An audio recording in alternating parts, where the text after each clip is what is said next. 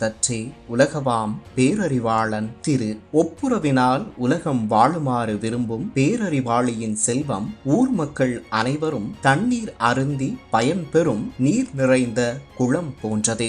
ஒரு நாட்டை சட்டங்களால் மட்டும் மாற்ற முடியாது. அந்த மாற்றத்தை மக்களின் மனங்களில் உருவாக்க வேண்டும். இந்த உண்மையை அடிப்படையாக கொண்டே கிளீன் ஸ்ரீலங்கா திட்டத்தின் கீழ் நாடு முழுவதும் இன்று ஆரம்பிக்கப்பட்டுள்ள அத்தம திட்டத்தை பார்க்க வேண்டியுள்ளது. அத்தம என்பது வெறுமனே குப்பைகளை அகற்றும் ஒரு நாள் நிகழ்ச்சி அல்ல. முன்வைக்கப்பட்டுள்ள திட்ட ஆவணங்களை பார்க்கும் போது இது மக்கள் பங்கேற்பை மையமாக கொண்ட நீண்டகால சமூக, சுற்றுச்சூழல் மற்றும் பொது பொறுப்புணர்வு ஆகிய பண்புகளை கொண்ட இயக்கமாக வடிவமைக்கப்பட்டுள்ளது. அரசாங்கம், உள்ளூராட்சி அமைப்புகள், தனியார் துறை, இளைஞர்கள், பாதுகாப்பு படையினர் மற்றும் பொதுமக்கள் என பல தரப்பினரையும் ஒரே செயல்முறைக்குள் கொண்டு வருவதே இதன் முக்கிய நோக்கமாகும். இங்கு அத்தம என்ற பெயருக்கே ஒரு அரசியல் அர்த்தம் உள்ளது. இலங்கை சமூகத்தின் பாரம்பரியத்தில் ஒருவர் செய்ய வேண்டிய பணியை மற்றொருவர் உதவியுடன் கூட்டாக நிறைவேற்றும் பண்பாடே அத்தம. அந்த பாரம்பரிய சமூக ஒற்றுமையை நவீன அரசு நிர்வாகத்துடன் இணைப்பதே இந்த திட்டத்தின் தனிச்சிறப்பு.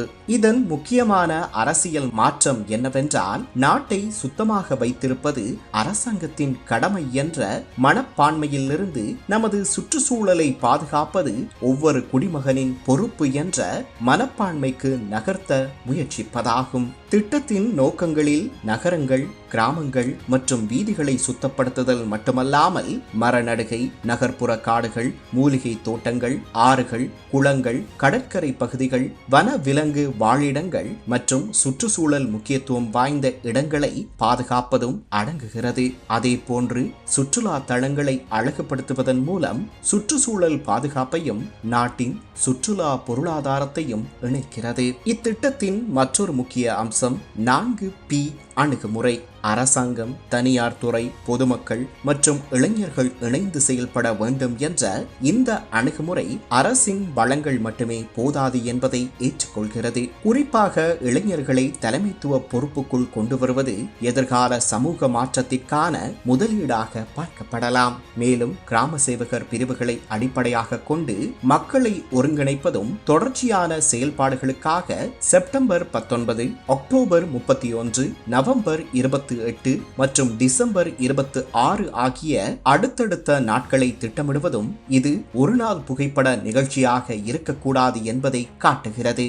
ஆனால் அரசியல் ரீதியாக இதன் வெற்றி தொடக்க நிகழ்வுகளின் மக்கள் கூட்டத்தால் தீர்மானிக்கப்படாது. குப்பை அகற்றப்பட்ட இடம் மீண்டும் குப்பையடையாமல் பாதுகாக்கப்படுகிறதா? மக்கள் நடத்தை மாறுகிறதா?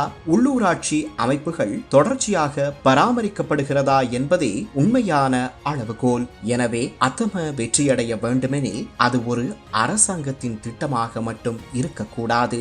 மக்களால் ஏற்றுக்கொள்ளப்பட்ட சமூக பொறுப்பாக மாற வேண்டும். கிளீன் ஸ்ரீலங்காவின் உண்மையான வெற்றி ஒரு நாள் சுத்தமான தெருவில் அல்ல, சுத்தத்தை நிரந்தரமாக பாதுகாக்கும் புதிய குடிமக்களின் பண்பாட்டில்தான் அளவிடப்பட வேண்டும்.